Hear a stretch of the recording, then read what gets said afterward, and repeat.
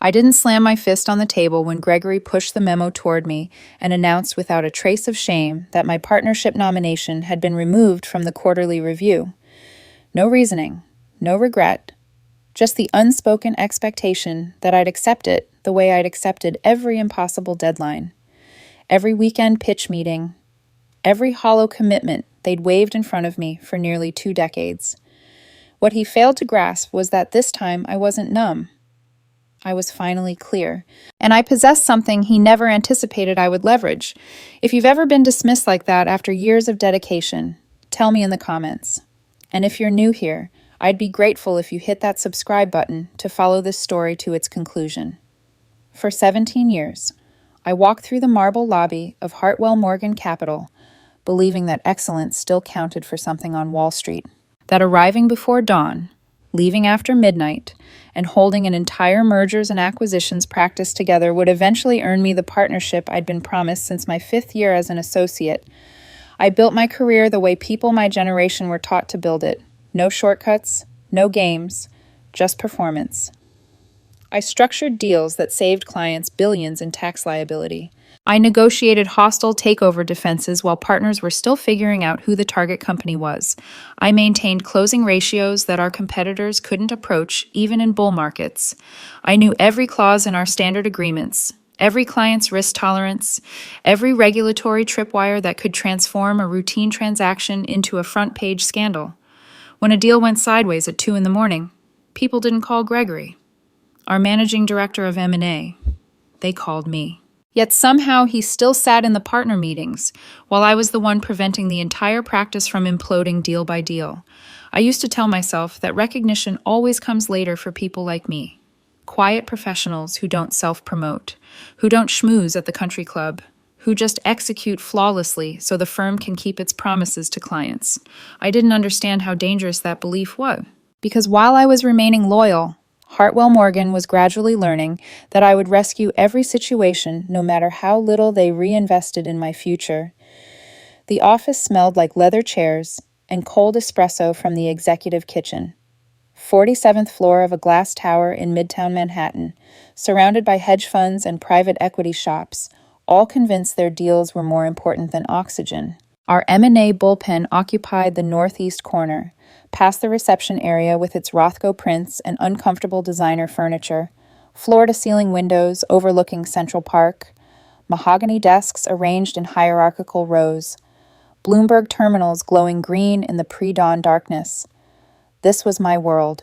For 17 years, I lived in that glow.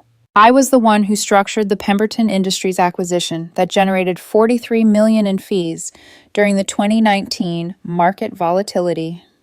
72 hours without sleep, coordinating with legal teams across 4 time zones while Gregory was skiing in Aspen. I was the one who renegotiated our engagement terms with the sovereign wealth funds when regulatory pressures intensified. Spent 6 weeks in conference rooms across 3 continents, finding compromises, preserving relationships.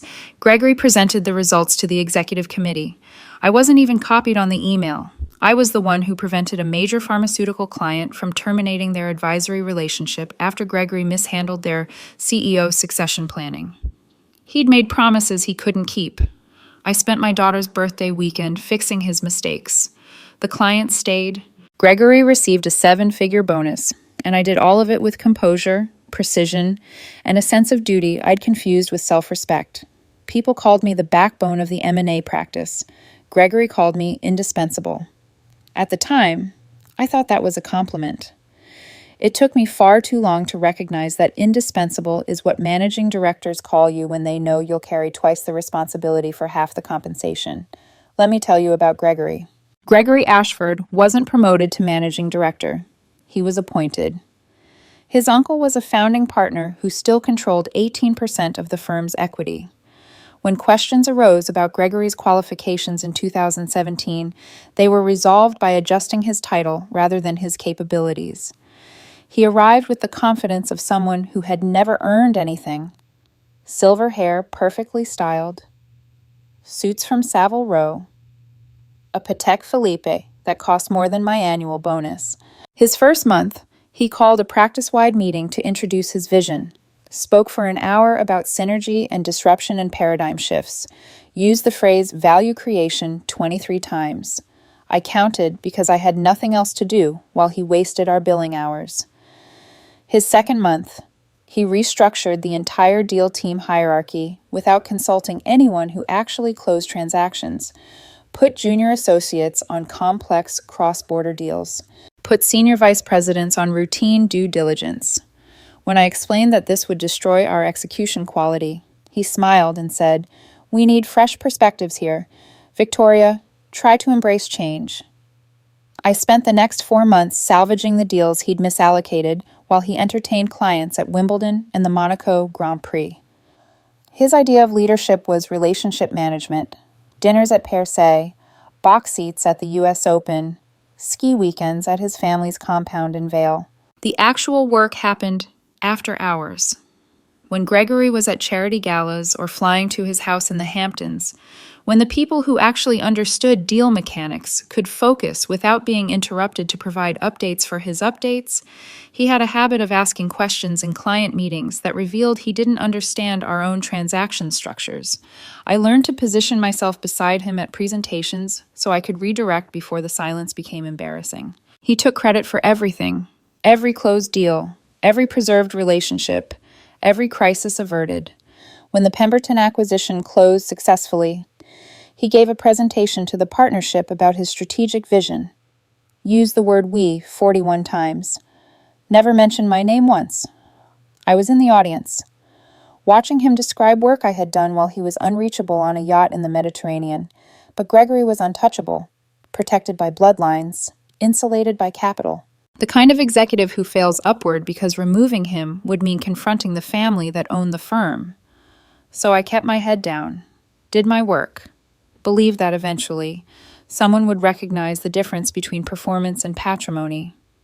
That was my mistake. My team was small but exceptional. Richard had been with me for 9 years. Princeton undergrad, Wharton MBA, the kind of analyst who could spot inconsistencies in financial models the way a surgeon spots tumors in an X-ray. He worked quietly, but when he flagged something, you listened. Samantha joined us from Goldman, brilliant at deal structuring.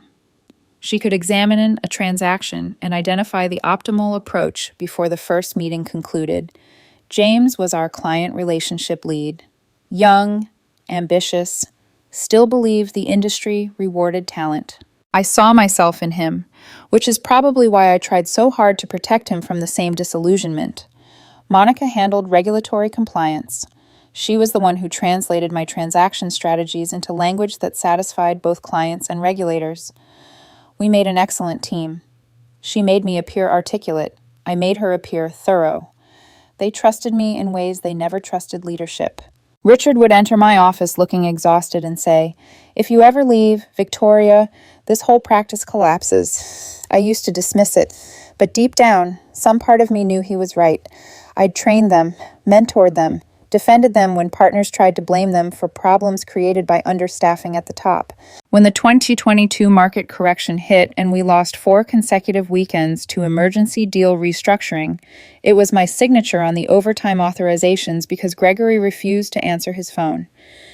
When the executive committee tried to eliminate the analyst training program to reduce overhead, I spent 5 hours in a budget meeting explaining exactly what would happen to our deal quality. They relented. Gregory claimed he'd managed it internally. When Samantha's maternity leave became complicated and HR wanted to reduce her role rather than accommodate her return, I escalated to the senior partner directly. First and only time I ever went over Gregory's head, Samantha kept her position. Gregory never forgave me for making him appear uninvolved. They weren't just talented. They were fiercely loyal, not to Hartwell Morgan, to me. And for years, that loyalty was the only thing keeping me motivated. I believed Gregory when he said the partnership was just awaiting final committee approval. I believed him in 2018 when he said the timing wasn't ideal. I believed him in 2019 when he blamed market conditions. I believed him in 2020 when he said the pandemic made it impossible. I believed him in 2021 when he promised it would happen after the fiscal year closed. I believed him in 2022 when he said it was merely a formality. I believed the promises because I needed to. Because after investing 17 years of my life, I couldn't imagine they would look me in the eye and deceive me. I was wrong. I can admit that now without embarrassment. Because looking back, my greatest mistake wasn't trusting them. It was assuming that any firm, no matter how prestigious its client roster or how elegant its holiday parties, would ever value quiet excellence over dynastic comfort. And the day Gregory proved that to me was the day everything began to unravel. For him, not for me. Now, before I tell you how the next few months unfolded, I need you to do me a favor. If you're enjoying this story, hit that subscribe button and like this video. It helps more than you know. And trust me, what happens next is worth staying for. I remember every detail of that Wednesday afternoon. The way people remember the moment a physician says the word terminal. Nothing dramatic initially, just a calendar invitation that appeared at 3:45. Subject line, brief discussion, no context, no agenda. I was in the middle of reviewing a leveraged buyout term sheet when the notification appeared. My stomach tightened. 17 years of institutional survival instincts told me that brief discussion from your managing director on a Wednesday afternoon was never favorable news. Gregory's office was on the 49th floor, corner suite with floor-to-ceiling windows overlooking the Hudson River. I'd been in that office perhaps 15 times in 17 years, always to solve a problem, never to receive good news. The elevator ride up felt longer than usual. I watched the floor numbers climb and tried to convince myself this could be anything. A new engagement, a client escalation, perhaps even the partnership announcement I'd been anticipating. The carpet in the partner wing smelled like furniture polish and old money. The climate control hummed just loud enough to mask the silence. Oil paintings lined the corridor. Gregory with the mayor. Gregory with senators. Gregory receiving an industry award I'd actually earned, but couldn't attend because I was handling an emergency he'd ignored. His assistant waved me through without making eye contact. Another unfavorable sign. Gregory was behind his desk, not looking up when I entered. He was reviewing something on his Bloomberg terminal, performing importance. A power move I'd witnessed him use hundreds of times. Take a seat. Victoria, he said, still not looking. I sat in the chair across from him, the one designed to be slightly lower than his, a petty dominance display I'd noticed years ago but never mentioned. The window behind him framed the Manhattan skyline. Late afternoon sun turning the glass towers into mirrors. I focused on a helicopter crossing the horizon while I waited for him to perform enough significance.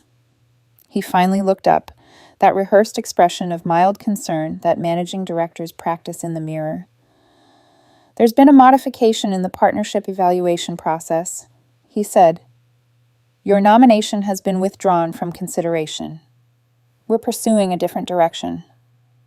For a moment, the words didn't register. Like he was speaking a language I should comprehend but couldn't process. Withdrawn, I repeated. He nodded, already reaching for another folder. Like we were discussing a routine budget adjustment, the committee felt that the timing wasn't optimal. We need to focus on consolidation before making senior leadership changes. Consolidation. I almost laughed. The only reason this practice was consolidated was because of the systems I'd built, the team I'd trained, the clients I'd retained when our competitors were circling like sharks. Gregory, I said slowly, you told me 8 months ago that this partnership was a formality. You said the committee had already approved the economics. You said it was just awaiting the annual review. He shifted in his chair, the first crack in his composure. Circumstances evolved, he said. It's not personal. Victoria, these decisions are made above my compensation grade. Not personal. 17 years, 80-hour weeks. Missing my son's graduation because of the Meridian restructuring. Sleeping in the office during the Lehman aftermath. 3 stress-induced hospital visits I never had time to properly address. A marriage that ended partly because I was never present, not personal. Who received it, I asked. He blinked. Pardon the partnership position. If I'm being withdrawn, someone else is being inserted. Who? Another pause, longer this time. His eyes flicked to the door like he was calculating escape routes. Bradley Ashford. He's being transferred from the London office. Fresh perspective. International experience. The committee felt we needed someone who could bring a different approach. Bradley Ashford. I knew the name. Gregory's nephew. 3 years at the firm. 0 major deal closings. A resume inflated with credentials he'd never applied, and a LinkedIn profile filled with buzzwords. He was also Gregory's godson. I'd seen the photographs at the firm's anniversary gala. Arms around each other, matching grins, family. I felt something shift inside me. Not anger exactly, something colder, more permanent. Like a circuit being disconnected that couldn't be reconnected. I stood up. "Where are you going?" Gregory asked. "We still need to discuss transition planning." "No," I said. "We don't." "Victoria, let's not be theatrical about this. I know this is disappointing, but you're still a valued member of this team. We need you to help Bradley acclimate. Introduce him to the systems. Walk him through the client relationships. Smooth the transition." I turned back, looked at him, really looked. This man who had claimed credit for my work for a decade, who had promised me advancement every year like clockwork, who had built his career on the foundation I maintained while he attended charity galas and collected art. "Gregory," I said, my voice perfectly level. "Do you actually know what I do here?" He frowned. "Of course I do. You're our Senior Vice President of M&A. That's my title," I said. "But do you know what I actually do? Do you know which transaction structures I designed from the ground up? Which clients I personally manage? Which regulatory relationships? I'm the only one who understands. Do you know which of our deal templates would fail? Legal review within a week without my ongoing adjustments." He opened his mouth, closed it.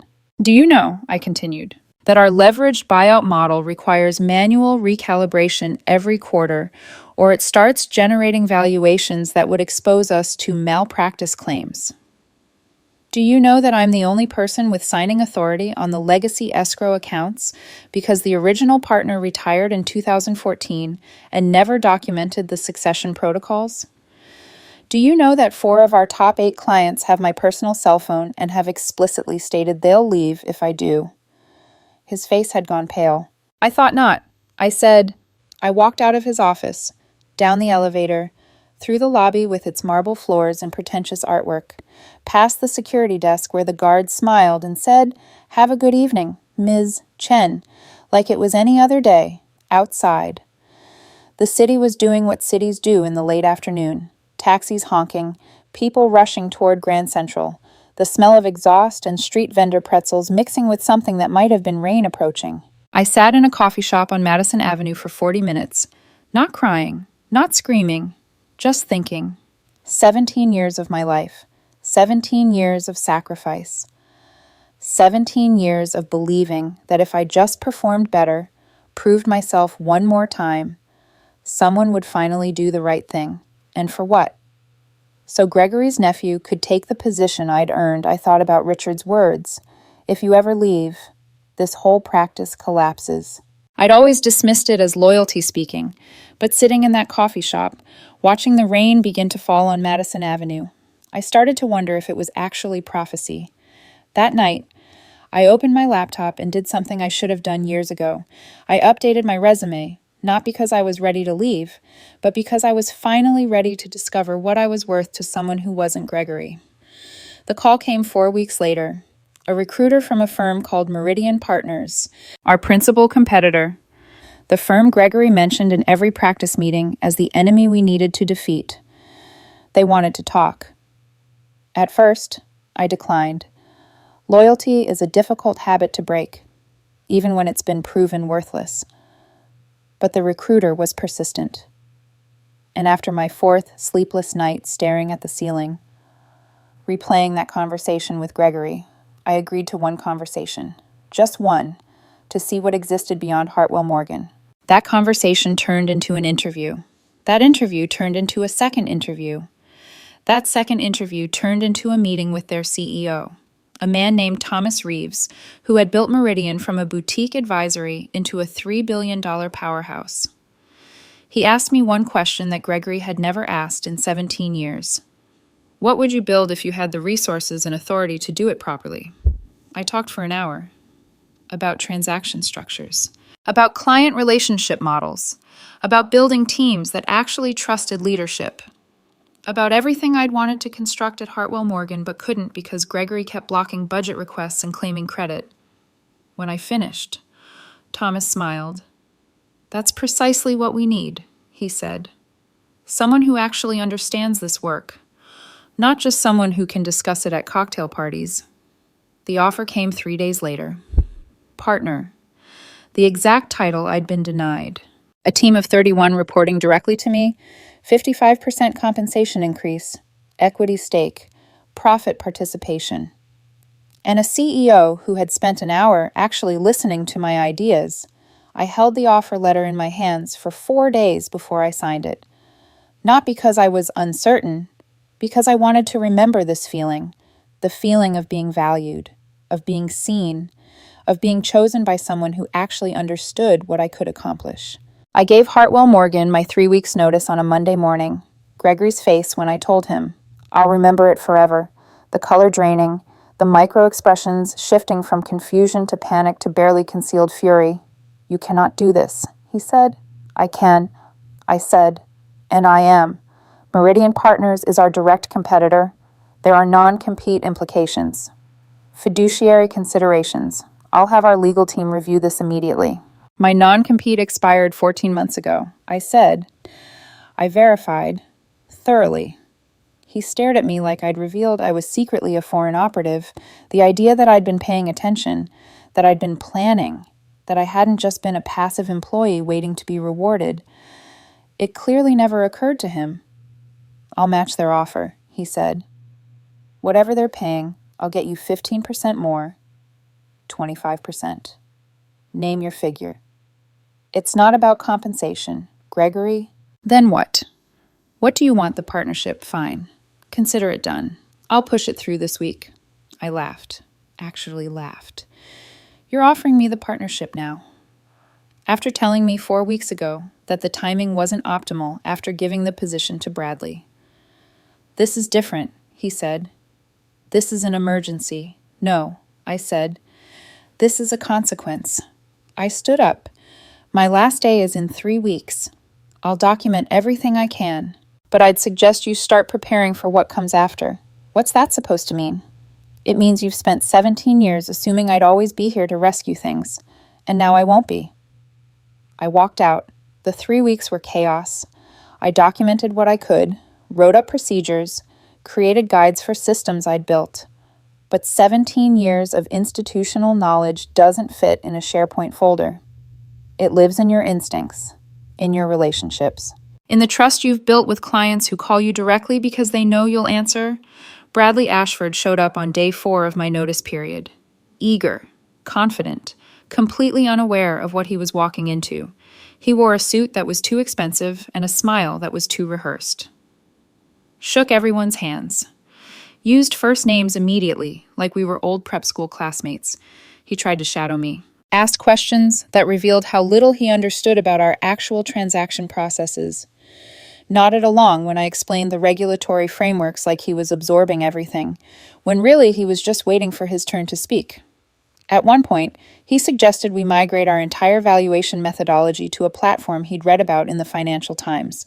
I explained, calmly, that this would violate 8 different SEC requirements and expose us to approximately $12 million in potential liability. He said I was being resistant to innovation. I stopped explaining after that. On my last day, Richard pulled me aside in the break room, the one with the cold espresso and the Bloomberg terminal that hadn't worked properly in 6 months. I'm coming with you, he said. I blinked. What I already talked to Meridian. They have a position open, senior associate in the M&A practice. I'm giving my notice tomorrow. Richard, you don't have to. I didn't ask you to do this. I know. He said, but I want to. I didn't sign up to work for Bradley Ashford. I signed up to work with you. There's a difference. I didn't know what to say, so I just nodded and tried not to cry in the break room. 4 others followed within the first 2 months. Samantha called me 3 weeks after I started at Meridian. She'd been offered a position on my new team. She hadn't even applied. Meridian had reached out to her directly. "I want to be clear," she said. "They didn't recruit me because of you. They recruited me because I'm excellent. But I'm only accepting because of you." James left Hartwell Morgan 7 weeks later. He cited lack of leadership as his reason. He called me that evening to tell me he'd be joining Meridian in the new quarter. Monica was the last. She'd been with Hartwell Morgan for 16 years, longer than me. When she called to tell me she was departing, her voice cracked. "I gave them everything," she said. "And they gave the partnership to someone who doesn't know the difference between a merger and an acquisition. I can't do it anymore. I didn't recruit any of them. I need you to understand that." Meridian made that very clear from day one. No active solicitation. Legal had been explicit. They came because they wanted to. Because the environment I'd built at Hartwell Morgan wasn't about the firm. It was about the work. It was about the excellence. It was about knowing that someone had your back when transactions went sideways. And when I left, that environment left with me. The collapse happened faster than I expected. Week 1 without me. The leveraged buyout model I'd calibrated started generating erroneous valuations. Bradley couldn't figure out how to adjust the parameters. The documentation I'd left was clear, but it assumed a basic understanding of the methodology he didn't have. 2 client proposals contained material errors. One of them called Gregory directly to complain. The other called me. Week 2.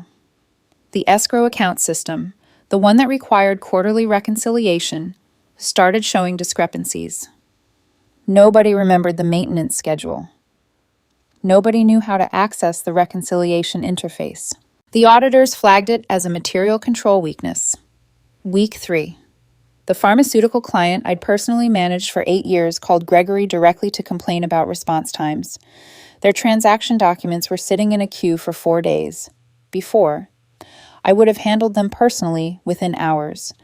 They threatened to invoke the termination clause in their engagement letter. Gregory offered them a fee reduction. They said they weren't looking for a discount. They were looking for competence. Then they called me at Meridian, not to solicit. I made that clear immediately. Just to vent. "We trusted you," the client said. "Not the firm. You." "What are we supposed to do now?" I told them I couldn't advise them, but I gave them Thomas's direct line, just in case. Week 6. The sovereign wealth fund client that represented 22% of Hartwell Morgan's advisory fees announced they were reviewing their engagement. When Gregory flew to Abu Dhabi to preserve the relationship, he discovered they'd already been talking to Meridian, to Thomas, to my team. They hadn't signed anything yet, but they were close. Week 8. The legacy transaction database, the one only I had administrative access to, experienced a critical failure. The authentication protocols I'd warned about for years finally broke.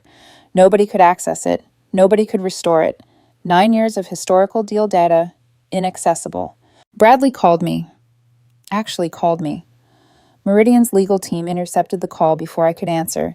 They advised me not to respond. I didn't. Week 12. The exodus accelerated. 3 more associates quit. Then a vice president who'd been with the firm for 11 years. Then the head of compliance who had covered for Gregory's mistakes more times than anyone could count. Each one told the same story. The culture had shifted. The expertise was gone. Bradley was in over his head, and Gregory was too proud to acknowledge the mistake. They weren't leaving because of compensation.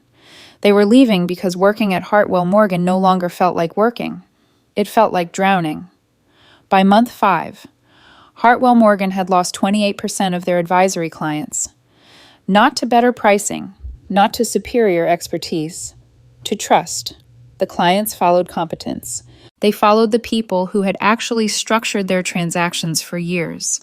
They followed relationships that had been built over a decade of 3 in the morning emergency calls and calm explanations and promises kept. They followed me. I didn't orchestrate this. I need you to understand that. I didn't make a single phone call trying to solicit clients or employees. I didn't disparage Gregory or Bradley or Hartwell Morgan. I didn't even think about revenge. I just left. And when I left, everything I'd been holding together stopped being held. Financial publications started writing about Hartwell Morgan's decline. The Wall Street Journal ran a feature, When Key Talent Walks. What remains? They didn't name me specifically, but everyone in the industry knew who they were discussing. Analysts traced every misstep back to the same root cause: leadership transitions gone wrong, institutional knowledge lost, a firm that believed people were replaceable until they weren't. Conference speakers used them as a case study. What happens when you promote dynasty over competence? What happens when you take your best people for granted? What happens when you choose your nephew over someone who gave you 17 years of their life? Gregory was removed from his position 10 months after I left. The partnership committee cited a failure to retain key talent and a pattern of poor judgment in leadership development. The press release called it a mutual decision. Industry insiders called it what it was: a termination. I heard the details from Monica, who was still in touch with people inside. The final partnership meeting lasted 5 hours. Gregory had prepared a presentation blaming the decline on market conditions, competitor pricing, and macroeconomic uncertainty. The standard executive playbook: blame anything except the decisions you made. But the partnership had done their homework. They'd hired an outside consultant to analyze what went wrong. The consultant's report was 53 pages. Monica sent me a copy. I read it twice. The executive summary was brutal. The loss of institutional knowledge following key departures created a cascade of operational failures. The decision to promote an unqualified candidate over established talent demonstrated a fundamental misunderstanding of the firm's competitive advantage. Leadership prioritized family relationships over organizational effectiveness. They didn't name Gregory directly. They didn't have to. The partnership gave him a choice: resign with a severance package or be terminated for cause. He resigned, called it a strategic career transition in his LinkedIn update. His farewell email to the firm was 4 paragraphs of corporate platitudes. Grateful for the opportunity. Proud of what we accomplished together. Excited for the next chapter. Not a single word of accountability. Not a single acknowledgement that maybe, just maybe, he'd made some mistakes. Some people never learn. Gregory was one of them. Bradley Ashford lasted 13 months before resigning to pursue other opportunities. Translation: he was quietly asked to leave before he could do any more damage. The last I heard, he was consulting, which is what people in finance call unemployment when they're too proud to say unemployed. I ran into him once, about 2 years after everything happened, industry conference in Palm Beach. He was standing near the bar, looking smaller than I remembered. He saw me before I could pretend I hadn't seen him. For a moment, neither of us said anything. "Victoria," he said finally. "You look well." "I am," I said. He nodded, shifted his weight. The awkwardness was almost physical. "I heard Meridian is doing exceptional things." He said, "Congratulations. Thank you." I wanted to say more. I wanted to ask him if he understood now, if he'd learned anything, if losing everything had taught him what loyalty actually meant. But I didn't, because some lessons can't be taught. They can only be lived. "Good luck, Bradley," I said. I walked away and didn't look back. Meanwhile, at Meridian Partners, my world grew wider. I was leading a team 4 times the size of what I'd left behind, designing new transaction structures, building practices from scratch instead of patching systems held together with legacy processes and prayers. negotiating engagements with institutions that had once sworn they'd never leave Hartwell Morgan. Thomas gave me something Gregory never had: autonomy, trust, the resources to actually do the work properly. My first month, I proposed a complete redesign of their M&A advisory methodology. At Hartwell Morgan, a proposal like that would have died in committee review. Too expensive, too ambitious, too much change. Thomas approved it in one meeting. "You know this practice better than anyone I've hired," he said. "I'm not going to second-guess you. Just keep me updated on progress." That was it. No micromanagement, no weekly status meetings, no request to justify decisions I'd already analyzed more carefully than he ever could. Just trust. My team at Meridian grew to 42 people by the end of the first year. Richard became my senior managing director. Samantha ran transaction structuring. James built out our client relationship capability until it was the strongest in the industry. Monica handled regulatory compliance and closed more complex deals in her first quarter than Hartwell Morgan closed all year. We weren't just competing with my old firm. We were burying them. They came to us quietly at first, then openly, then proudly. They said they wanted reliability, transparency, leadership that actually understood the transactions instead of just managing the people who did. And every time a former Hartwell Morgan client signed with Meridian, I felt the same steady truth settle deeper inside me. They weren't following a brand. They weren't following a sales pitch. They were following competence. One evening, almost 14 months after Gregory canceled my partnership, I was invited to speak at a regional finance leadership summit. The room was full of mid-career professionals, tired eyes, hopeful faces, people who had spent years swallowing disrespect because they were afraid of starting over. I told them the truth. I wish someone had told me sooner. Document every promise, I said. Keep records. Not because you're planning revenge, because you're protecting yourself. Watch what leadership does, not what they say. If they keep promising you a future but never delivering, they're not planning to deliver. They're managing you. And understand that when a firm keeps delaying your future, what they're really telling you is that they don't see you in it. They listened the way people listen when they recognize their own story being spoken out loud. Afterward, a woman about my age approached me, gray at the temples, lines around her eyes that come from too many years of deal rooms and stress. "How did you know it was time to leave?" she asked. I didn't hesitate. "When staying started costing me more than leaving," I said. "When I realized the partnership I was waiting for was never coming. When I understood that my loyalty was being used as a chain, not a ladder." She nodded slowly, like something was clicking into place. I gave her my card, told her to reach out if she ever wanted to talk. She did. 4 months later, she'd left her firm, found something better, said our conversation was the push she needed. I walked out of that conference, knowing something I'd earned the hard way. The collapse of Hartwell Morgan wasn't my revenge. It was the invoice for 17 years of ignored loyalty finally coming due. And I didn't have to lift a finger for the truth to reveal itself. All I had to do was stop carrying weight that was never mine alone to carry. When I look back on everything that happened, what stays with me isn't the drama or the downfall. It's the clarity. I learned that loyalty can be a beautiful thing, but only when it flows both ways.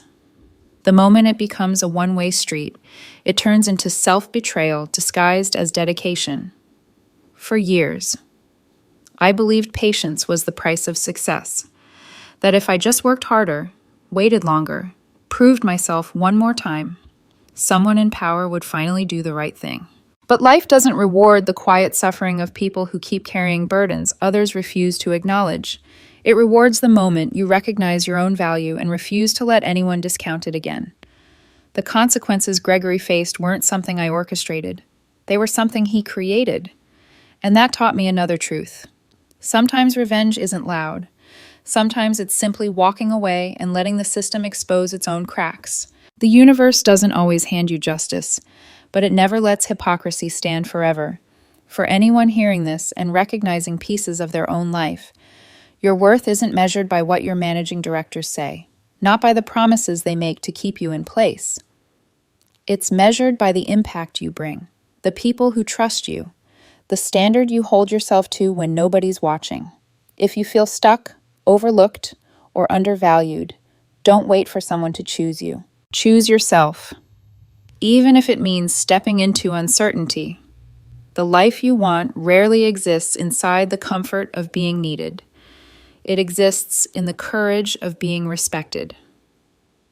Thanks for listening to this story. If it resonated with you, I'd appreciate if you hit that subscribe button and left a comment. I read every single one, and if you've ever had a Gregory in your life, someone who took your loyalty for granted until it was too late, tell me about it. You're not alone. And neither am I. Not anymore.